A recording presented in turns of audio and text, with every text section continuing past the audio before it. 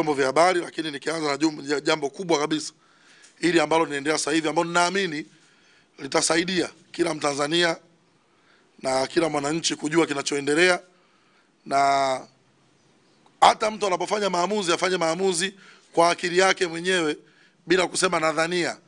Sasa huwezi kudhania, na sisi tupo.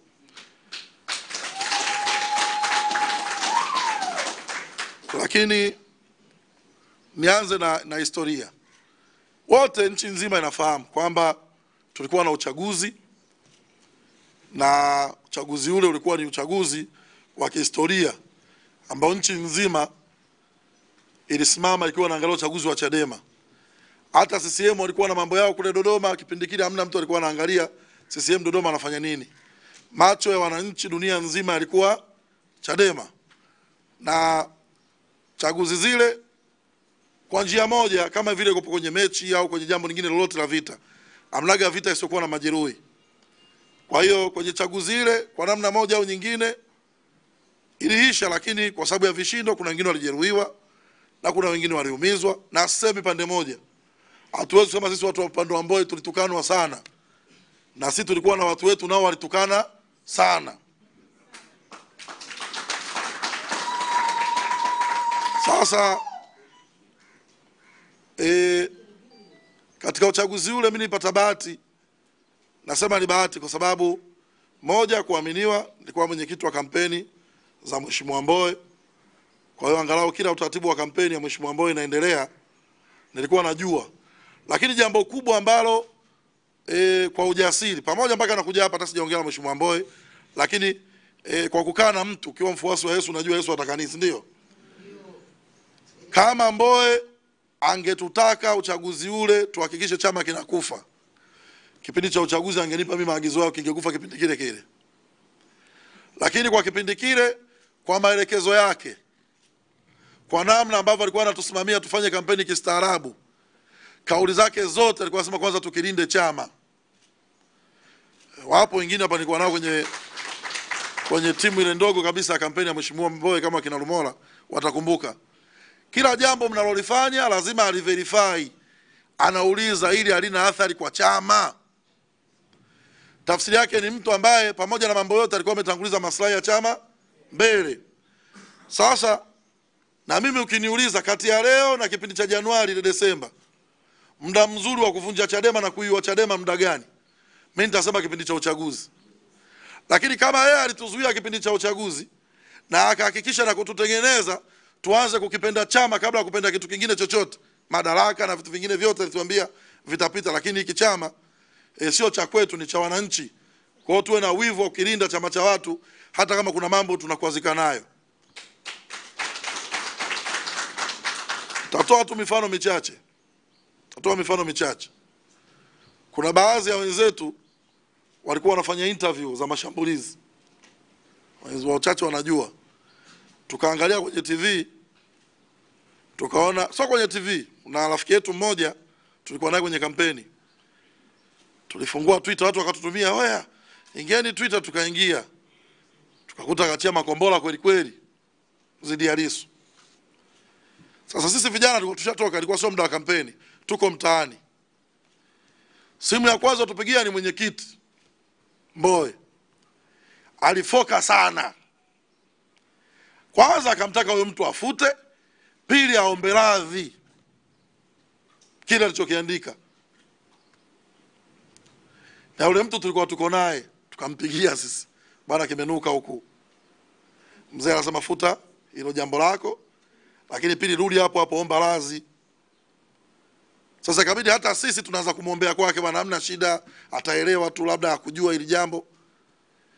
Naeleza hili ili ujue pamoja na mapambano yote tulikuwa tunayoona nje, thamani ya huyo mtu anapoona hata kwamba mwenzangu huyu tunashambuliana naye, hii imevuka mipaka, anamgombeza mtu wake, sio anamwambia ongeza dozi, anamgombeza mtu wake kwamba futa, lakini vile vile aende kwenye ukurasa aombe radhi.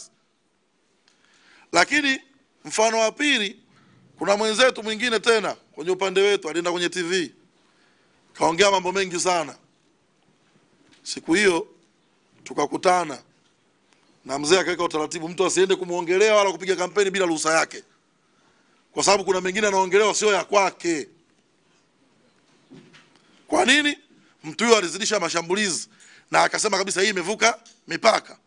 Yeye aliamini kwenye kushindana kwa hoja na aliamini kabisa katika kutofautiana kimawazo, lakini hakuamini kwamba uchaguzi ule ndio uwe sababu ya kuondoleana utu kabisa, watu wamalizane uchaguzi wasalimiane, na kwamba tuwe tayari kuliko mtu ashindwe tuwe tayari kwa chama kivunjike. Haikuwa hivyo. Na mimi nasema baada ya uchaguzi ule tumekaa naye muda ule tumejifunza mambo mengi sana kupitia kwa Mheshimiwa Mbowe. Tofauti na dunia inavyochukulia huko kwamba bwana Mbowe kafanya hivi, hapana. Mpaka tunakaribia kufanya uchaguzi wa mwisho, panatokea rapsha za vijana Bavicha, palitokea rapsha ya Bawacha. Msimamo wa Mheshimiwa Mbowe tunaufahamu, ambao tulikuwa upande wake.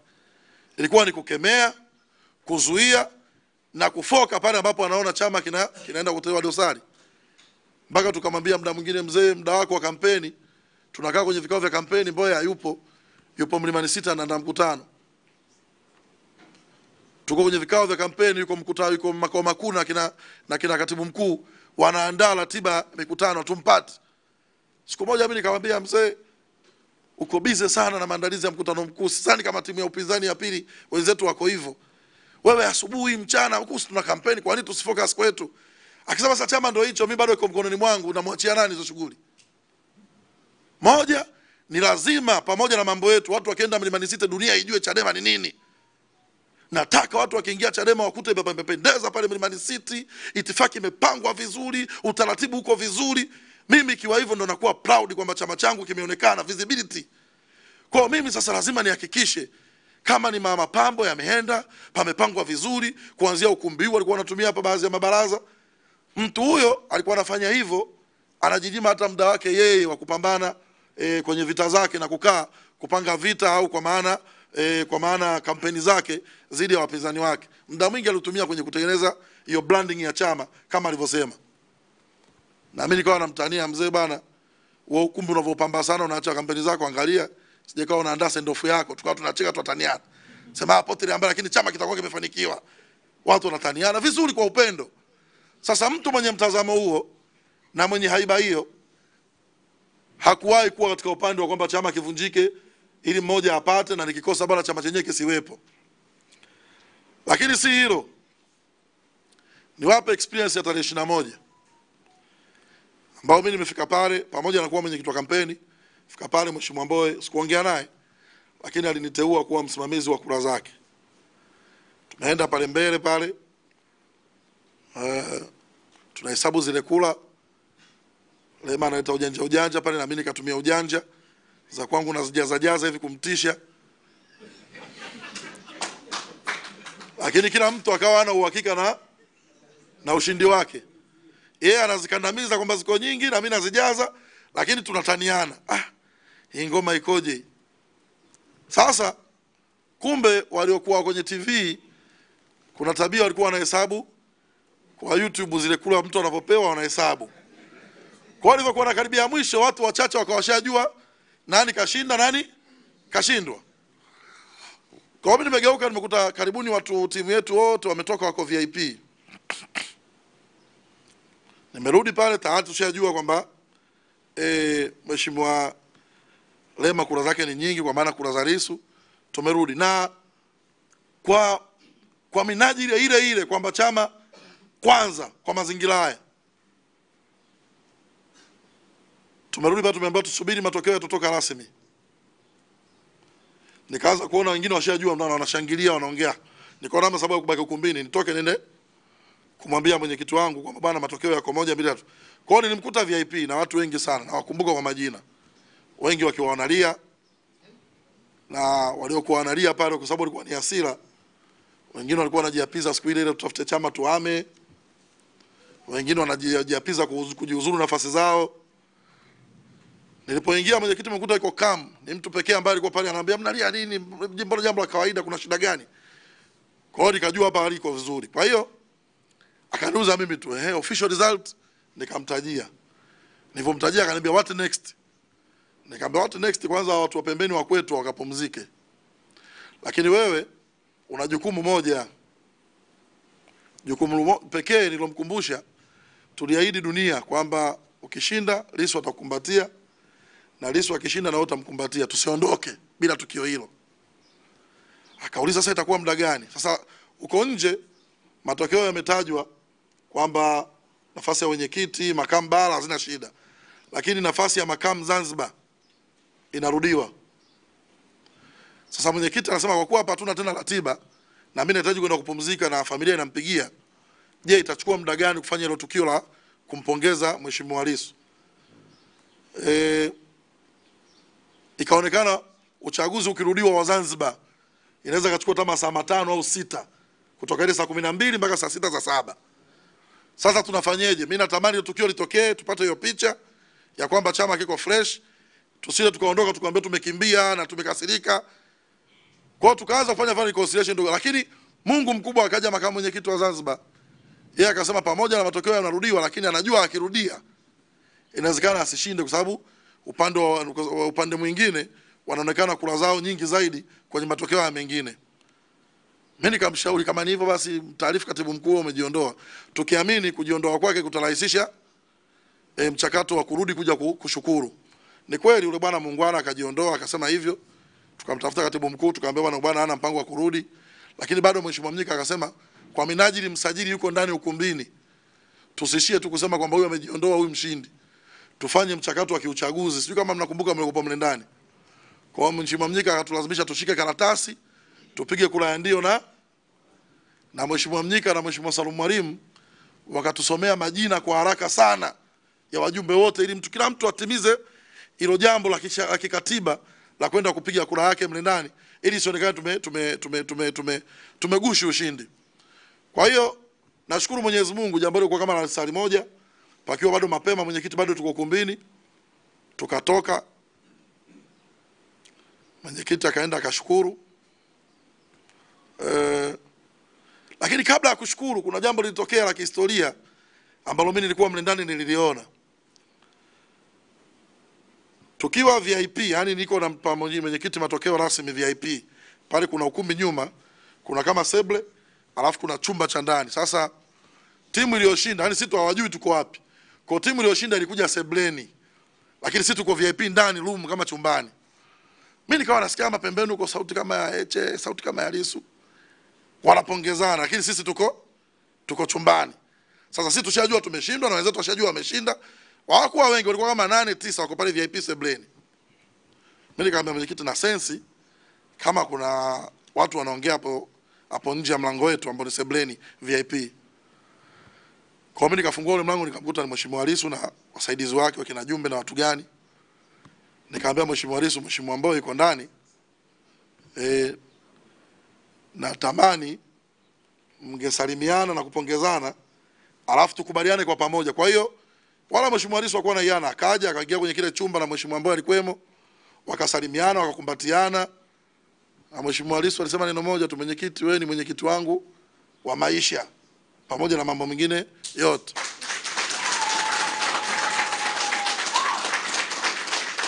Na akasema mimi leo sio mshindi, wewe ndio umefanya demokrasia onekane imeshinda. Na neno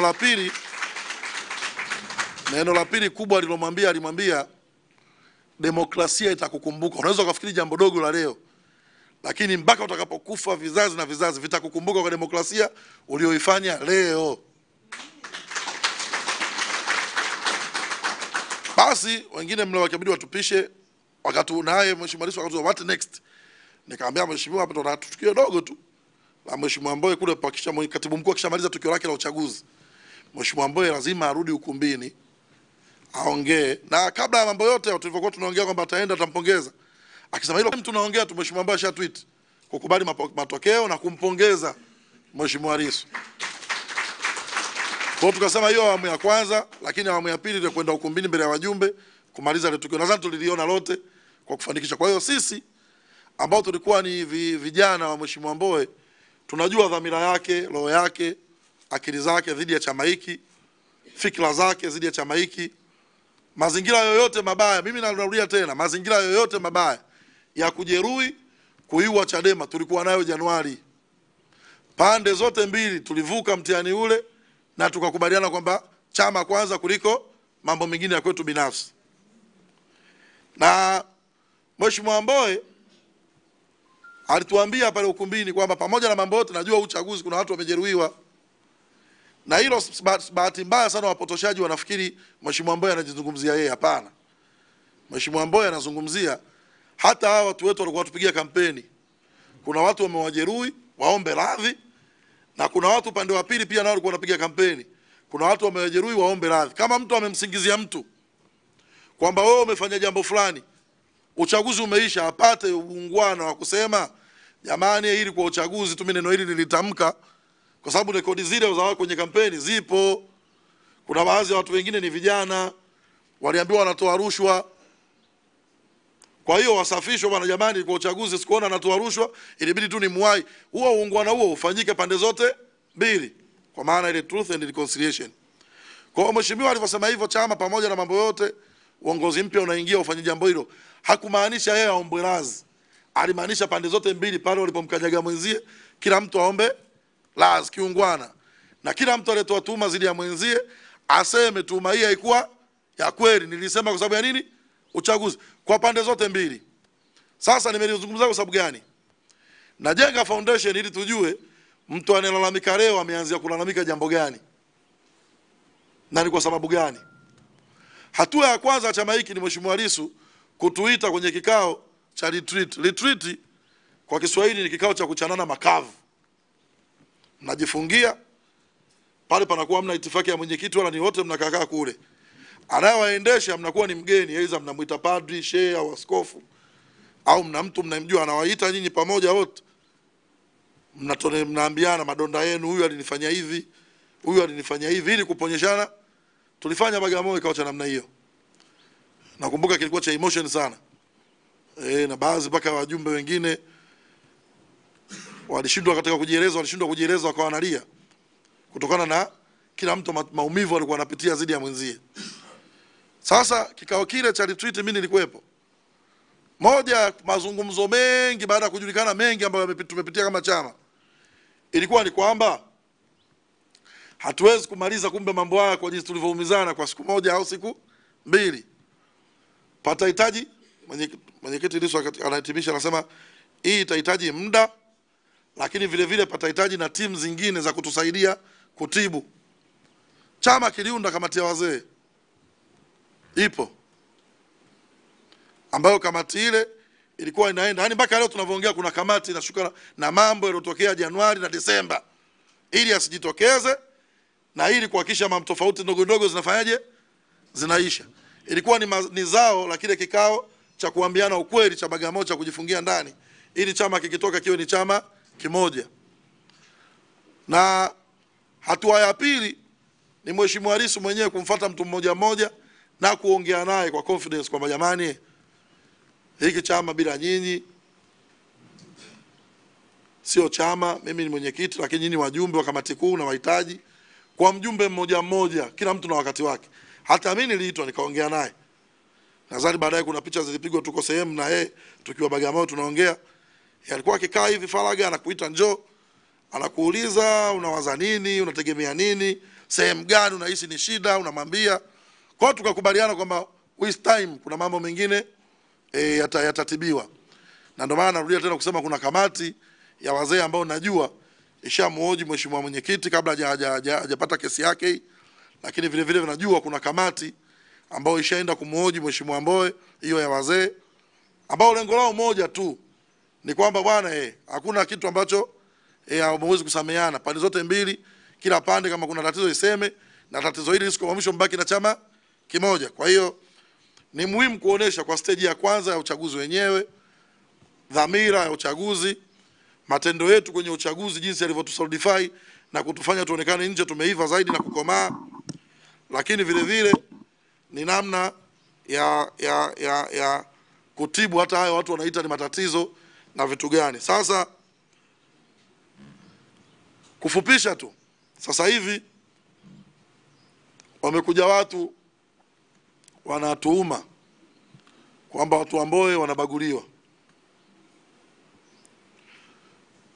Mbowe anatukanwa,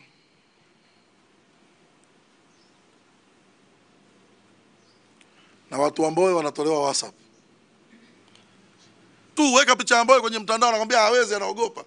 Ila leo ana courage ya kuita press na kutangaza kwamba yeye ni mtu wa Mbowe leo. Sisi wakati wa kampeni tunamhitaji na sisi tuonekane wengi mitandaoni. Tunataka picha tu, weka bango la Mbowe tuonekane na sisi tupo. Anakwambia nimeona watu wanatukana sana, siwezi. Leo ana courage ya kuita press kwamba mimi naama, mimi ni mtu wa Mbowe, sisi watu wa Mbowe, sisi watu wa Mbowe. Neno Mbowe linatumika vibaya sana. Lakini tatu, Team Mbowe. Team Mbowe ni ipi? Mimi najua watu wapo, of course, na wajua ambao sasa hivi washaamua kuchukua hatua nyingine. Siwezi kuwakataa kwamba hatakuwa nao. Lakini tunao watu walikuwa wanakesha, wana riski maisha, wametukanwa na kudhalilishwa kwenye kampeni zile, ambao sasa hivi wako upande wa Chadema. Lakini wale ambao wengine ukiniuliza huyu bwana kwenye kampeni yenu mlikuwa naye, kuna mtu amekuja siku moja tu, leo ndo kiongozi wa Team Mbowe. Kuna mtu hata Mlimani City haja kukanyaga, leo ni kiongozi wa Team Mbowe. Ni matumizi mabaya ya Team Mbowe. Matumizi mabaya. Yaani wewe unataka kujiliza, wajitafutia tu sababu kwamba ulie kwa kusema ni kitu fulani. Tuma hizo hazina mashiko. Mmoja amesema atolewa kwenye grupu la WhatsApp. Dadangu mmoja nampenda sana.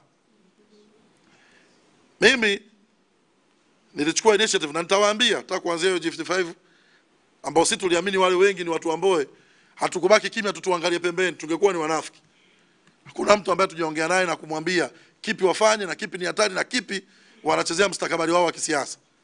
Tuanze na dadangu ambaye amesema umetolewa kwenye grupu la WhatsApp.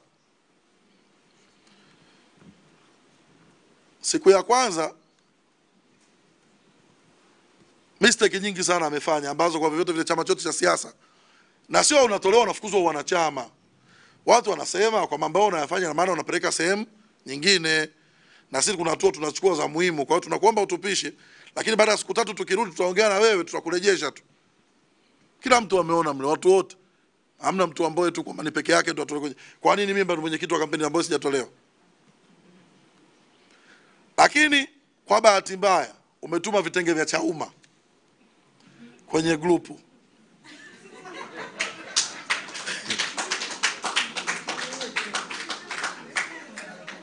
Sample za vitenge vya Chauma. Ulikuwa unatuma sehemu, umekosea, umetuma kwenye grupu la WhatsApp. Watu wamehamaki mle. Alafu watu wamuuliza vipi, naye anauliza jamani kwani vipi? Hiki nini? Nimeleta muone huko, ndio vitu vinavyotumwa huko pembeni. Watu wakammezea. Hamna mtu alimtoa. Kimya siku ya kwanza. Siku ya 3 hii chokochoko ya msajili imetoka tu. Yeye ndo mtu wa kwanza kutani kachukua message ambazo zinasema mtu fulani na fulani kuanzia leo, yani kabla hata watu wengine hawajajua wala hata chama hakijapata barua. Unatoa message za WhatsApp unaziforward kwenye grupu la kamati kuu. Hata ingo grupu la harusi wanakuacha. Wao unasema bwana harusi atakufa. Hata harusi yenyewe haijafungwa. Na watu wakufanya vile kwa nia mbaya, tupishe tu mambo mengine ya. Mimi nikijua ni mtu wetu tulikuwa naye na namheshimu nampenda sana. Alivotuma ile sample ya vitenge kwa bahati mbaya nilimpigia. Nikamwambia bwana, usije ukaacha mume kwa ajili ya boyfriend. Ukamwacha mmeo na nyumba ukaenda kwa boyfriend ukakutana na kwao na babake na mama yake. Utazaa bora ningebaki na matatizo ya mume wangu yale yale kwenye mji wangu. Unamaanisha nini? Nikamuelezea. Sasa mtu wa namna hiyo hawezi kusema kwamba kuna timu au kuna kikundi hapa ndani ya Chadema kazi yake ni moja tu, kuondoa watu kwenye WhatsApp watu wa Mbowe. Si kweli. Si kweli. Ni vizuri pamoja na mambo mengine yote, ni siasa ipo, lakini vile vile na Mungu yupo, tuseme ukweli. Na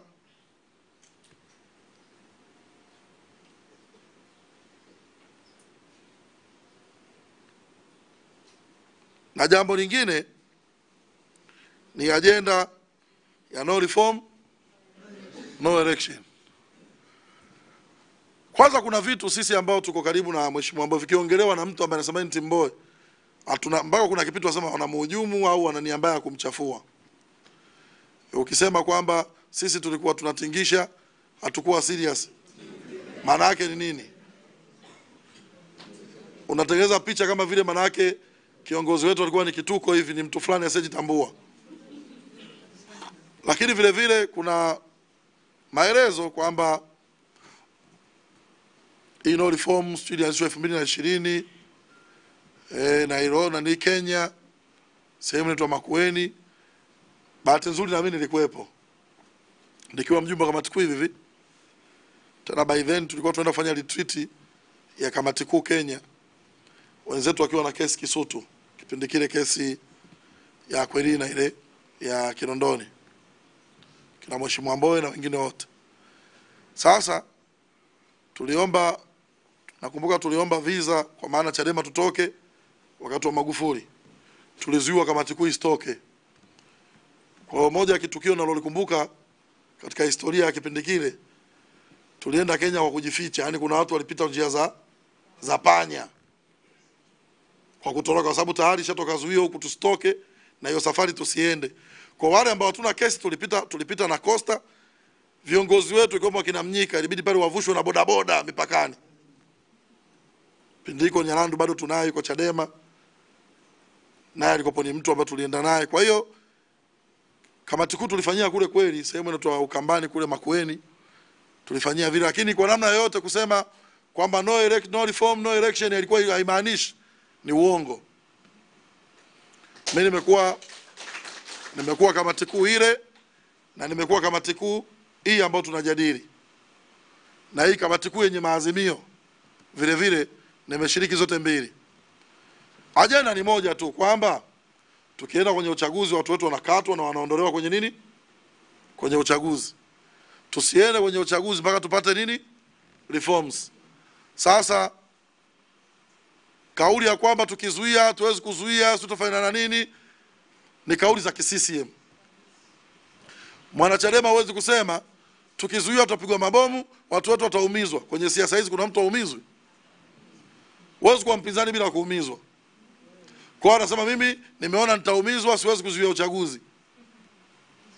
Zipo hoja unaongea kama mwanachadema, lakini kuna hoja ukiongea hata mwanachadema tunaanza kuona toni yako imekaa kinini? CCM. Kwa hiyo kimsingi kwamba sisi ambao tulikuwa upande wa Mbowe tunaamini kwamba hii no reform no election ilikuwa ni ya kutania, ni kumdhalilisha mwenyekiti wetu mstaafu mheshimiwa Mbowe, kwamba hakuwa serious. Sisi tunaamini hata yeye, na kikao ni wajumbe, watu wengi hawajui kikao ni mwenyekiti. Unaweza kaja na msimamo wako na wajumbe tukakupinga vile vile. Hata mheshimiwa Lissu akija kamati kuu sio kama anakuja anatuburuza, atatuambia yeye ana maoni, mchana tule wali. Wajumbe wanasema hataki wali, tunakula ndizi, kwamba lazima yeye mwenyekiti ndo atuamue tule wali. Kwa hiyo vikao vinaenda kwa wengi, wape watu wengi. Wakishaamua kwamba kinahitajika kitu gani na maamuzi ni kitu gani, hayo yanakuwa ni maamuzi ya watu wote. Na hata Bagamoyo kwenye kurefresh hii msimamo tunaendaje mbele, kama tukio imejadili tena, majority wakasema kwamba jamani tusiingie kwenye nini? Kwenye uchaguzi. Kuna mtu anasema mamlaka hayo chama wamepata wapi? Kamati kuu ikishaagiza, katibu mkuu na watu wengine wote ni watendaji wa kutekeleza yale maazimio ya nini? Ya kamati kuu, ambao tayari kamati kuu imeagiza. Kwa hiyo ni vitu vya kawaida. Lakini niligusia hapa jambo la kustrengthen solidarity ambao mwenyekiti Lissu alishaianza kabla hii kutupwa korokoroni kwenye kesi yake ya uhaini, ya kustrengthen mahusiano, kwa maana watu ambao walikuwa wanaonekana ni Tim Mbowe, hizo timu zikawa zimefanyaje? Zimekufa. Na watu wanaonekana vile vile Tim Lissu, hizo timu zimefanyaje? Inabaki timu moja ya Chadema. Na tukiwa timu moja haimaanishi kwamba watu wote tuna msimamo mmoja. Na hata kama ni mwanasiasa umeshindwa, unaona hujakubali kushindwa, jambo pekee kwenye siasa za kiungwana ni kujipanga na uchaguzi mwingine. Lakini wakati huo unatii uongozi na mamlaka watu wapi waliochaguliwa, na umtii Lissu. unawatii wanachama wengi waliofanya ule uchaguzi na uamuzi ule. Kwa hiyo kusimama upande wa chama si udhaifu au uoga au kujipendekeza, ni kuheshimu wenzio wengi. Weza wamekosea, wamepatia, lakini kwanza tii mamlaka hiyo. Kusaruti si kwamba unasema wewe unayemsaruti ndio mtu wa maana, una madaraka yake. Kuna mtu anapigwa saruti kwa sababu ameteuliwa na rais. Na rais amemteua kwa sababu katiba imemtaka mtu ateuliwe. Kwa hiyo unamsaruti si kwa sababu wewe ni mnyonge. Unaheshimu kwamba sisi tunavyoenda hii ni jamhuri. Watu wengi wenye madaraka yako kwa umma umempa mtu fulani mamlaka hayo kwenye umma. Akishapewa mtu huyo, kila anachokifanya tunaamini umma ule ndio umetaka mtu huyo afanyeje. Akikosea una nafasi mwishoni kuja kusema ulipewa nafasi hii umekosea, na umma ule utasema tulitegemea A lakini tumekuta ni B, utakuwa na haki ya kukuadhibu. Sasa hii ya kwamba wenzetu wachache wanaopita huko kwamba kuna hiyo timu ya Mbowe kwamba inanyanyaswa, inafukuzwa, inafanywa nini hivi. Kwa mfano niwapeni mfano mdogo, nyinyi viongozi wa kanda ya Pwani. Unakuwaje kiongozi wa kanda ya Pwani? Mimi sasa ndio mwenyekiti, mnanisema ndio mwenyekiti wa kampeni ya Mbowe. Yaani mimi naweza nikatumwa nikufukuze, maana kwenye uongozi wa mkoa na majimbo, angalau wa viongozi wa mikoa juu, sisi ndo mamlaka yao ya nidhamu, ambao tushakubaliana ni wenye viti wa kanda 9 kati ya 8 au 8 kati ya 9, si ndio? Tafsiri yake katika kanda zote hizi mamlaka ya nidhamu iko chini ya wenye viti wa kanda, ambao tushakubaliana ndio wengi wanamuunga mkono Mbowe. Hili hao watu kwa mikoani kwenye kanda zao wanyanyaswa, watanyanyaswa na timu ya Mbowe, maana ndio watu wa mwisho kufanya nini? Decision ya kuonea watu. Na ndio maana sisi hapa, nitoe mfano tu kwa ndugu yangu Asenga, alikuwa Segerea. Alisimamishwa na mkoa, akakata rufaa, ikaja kwenye kamati tendaji ya kanda, mwenyekiti wake wa Segerea ulisimamishwa. Tukaja kanda bila kujali timu, watu wakasikiza yale mashtaka, tukaambia hapana, kwenye jambo hili kimekosewa A B C, tukamrejeshea. Ilikuwa mwaka huu mwezi wa 4 tu. Sasa wao kikimbia, ukisema umekimbia kwa sababu mnafukuzwa, mmewahi msifukuzwe, ni kutiana uoga tu, ili wewe uogope, uamini kwamba hata ukibaki unafanyaje? Unafukuzwa. Unafukuzwa vipi? Kila kitu cha Chadema kiko wazi, kinaendeshwa kwa mujibu wa katiba, wala sio kwa ajili ya matakwa ya mtu.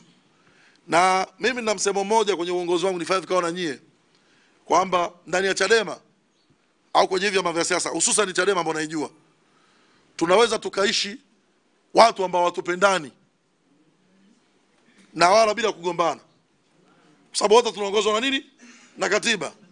Kwa hiyo katiba yetu inaweza kumfanya Muislamu na Mkristo wakawa ndani ya Chadema, Mnyakyusa na Mmasai wakawa ndani ya Chadema, kwa sababu wote wanaunganishwa na kitu hiki kimoja tu cha katiba. Sasa kinachonitia mimi uoga kusema bwana tunakimbia kwa sababu tumeambiwa tutatuje kufukuzwa wote. Kwa hiyo tukimbieni, tutakuja kufukuzwa. Na kufukuza nani? Na katiba ishaonesha ranki ya kufukuzwa. Ili ufukuzwe lazima mamlaka yao atafanya ni mwenyekiti wa kanda. Kwa hiyo Sugu alikuwa mtu wa Mbowe. Kwa kama utafukuzwa kule Nyasa, utafukuzwa na Sugu, mtu wa Mbowe. Wewe mtu wa Mbowe unasema unakimbia, unamkimbia nani? Pwani utafukuzwa na Boni. Boni alikuwa mtu wa Mbowe. Hao waliopanga kuwafukuza mpaka mnawahi mnakimbia ni wakina nani?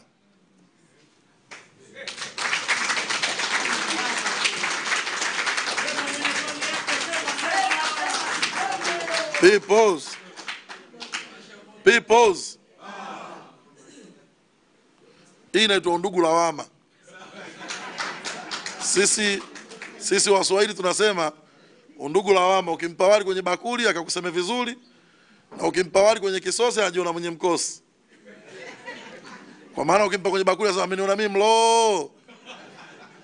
Ukimpa kwenye kisosi za kiwali hiki. Kweli watu wachoyo, si ndio? Kwa watu wakifanywa jambo lolote tu ushakuwa na mentality ya lawama. Wewe kila kitu chako itakuwa nini? Ni lawama. Lakini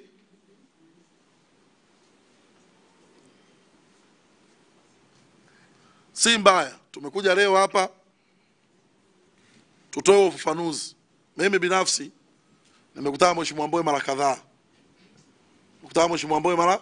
kadhaa. Kwa mwezi Mei na mwezi Juni nimekutana na Mheshimiwa Mbowe miezi hii mara kadhaa. Na mara zote nikiona huku vijana wanaongea maneno ya pembeni, namuuliza kuna hiki inaendelea, anasema sijui chochote. Na ukweli ni kwamba Mheshimiwa Mbowe ametuaga, anaenda kwenye biashara zake binafsi. Kuna wakati alienda China akakaa zaidi ya mwezi mmoja, na baada ya uchaguzi tunadhani wiki moja mbele, Mheshimiwa Mbowe alikuwa China, amekaa kule karibuni mwezi mmoja au miezi miwili. Sasa amerudi, anauliza kinaendelea nini. Na hiyo likizo aliyojigaia hata ya siasa ni moja, kutengeneza kutoa ile tension ya kujiona kama vile, unajua kuna mtu anasemaje, mbona Mbowe yuko kimya sana, hazungumzi, Mbowe yuko nyuma ya mambo haya. Imani yake ilikuwa kama nilisema mwanzo kwenye utangulizi. Muda mwingine, yani leo kwa mfano, kwa jinsi tu hii watu bado hawajatulia, wanatumiana. Ingetokea cha kutokea chochote, tunaitishana vikao hapa, afu Mbowe anaonekana kuhudhuria. Pia kuna maneno yangeibuliwa. Hata kurudi kwa mlango wa nyuma huyo. Mwenzie yuko kule, naona sasa anakuongoza vikao. Kwa kwenye utaratibu wa dunia iliyostaarabika, wenzenu wakiingia ofisini mnawapa nafasi na uhuru. Mbeleni huko wakishazoea sawa, ofisi wameiweka yote mkononi, unarudi vikaoni, unaendelea kushiriki nao kufanya jambo lolote. Kwa kukaa kimya haimaanishi kwamba mtu yuko huko pembeni amenuna au amekaa pembeni, si kweli. Na mimi najua mara mwisho nimekutana naye Mheshimiwa Mnyika, amewasiliana naye, najua amenitaarifu kwamba niliwasiliana na katibu mkuu, na najua katibu mkuu alimuuliza, bwana mheshimiwa, kuna tajwa au kuna watu mikoani umewatuma kazi? Akasema si kweli, hilo jambo halipo na wala halijui. Mimi nakutana naye, nampa na feedback, feeling zake, mawazo yake, nina uthubutu kwa kusema kwenye jambo hili haliwezekani. Labda hiyo akili yapate leo asubuhi. Kwa sababu uwezo ukawa unawazia jambo jema, unawazia jema unaliwazia tena vibaya. Haiwezekani. Haiwezekani. Kwa hiyo ingekuwa tuna vikao sisi leo Mheshimiwa Mbowe kwamba ukimya wake na kwamba tunaamini ni maagizo yake ya sabotage. Kwenye kampeni tulikuwa tuna chain ya mawasiliano, tunaitana kwenye vitu kanda wote. Kwenye vitu kanda tunaita kwenye vitu mikoa wote. Tunafanya pale, tukifanya pale tunaamini kabisa ni chain, tumepeana maelekezo, tunafanya jambo hili, ni msimamo wa kambi fulani. Kitu hiko baada ya uchaguzi wa chama tu. Hatukuwahi kufanya vikao vya namna hiyo wala kukutana tena kufanya jambo lolote la maagizo ya pamoja kwamba sasa tuna msimamo huu ili tuende against chama au kujipanga dhidi ya chama. Hatujawahi kufanya jambo la namna hiyo. Sasa ombwe siku zote wanasema shetani hupita sehemu ambayo inanyufa. Ili ombwe la maneno kushoto na kulia, muda mwingine namtengeneza shetani na majaribu ya kuamua kupita katikati. Na ndio maana unaona sasa ukifanya hivi linazushwa kushoto, ukifanya hivi linazushwa kushoto. Na mimi nimekuja hapa, wengine wanasema tumeambiwa wale wanatangulia nyinyi mtaenda mwishoni. Unampigia kwenye simu kesho anakuambia bwana, mbona mheshimiwa nimeapiwa kabisa kwamba sisi tunatangulia, wao unakuja. Basi pia nichukue fursa hii kuwaambia kwamba mimi Boniface Jacob si hami.